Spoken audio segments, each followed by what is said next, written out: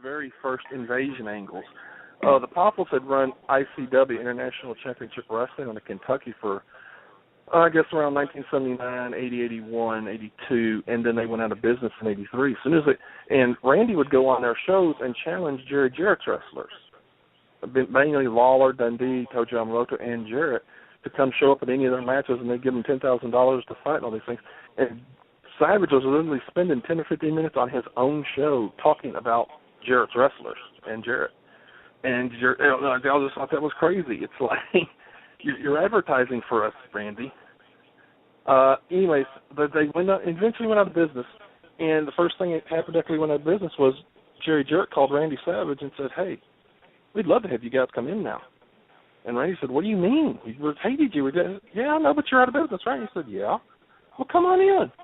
Let's do an angle with that.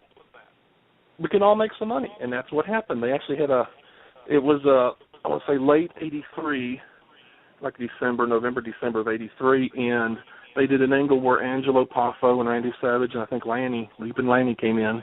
The three of them just barged in on the Saturday morning TV show and started taking over, and they had security drag them out and whatever. And, back then you didn't know if it was real or not. It was very well done.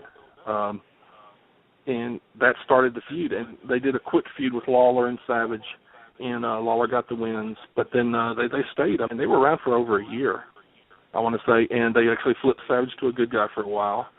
Then Savage went back to a bad guy, and Savage and Lanny had a team against the Rock and Roll Express. They did a famous angle where they pile drive Ricky Morton through a table at ringside, and they did that all over the promotion.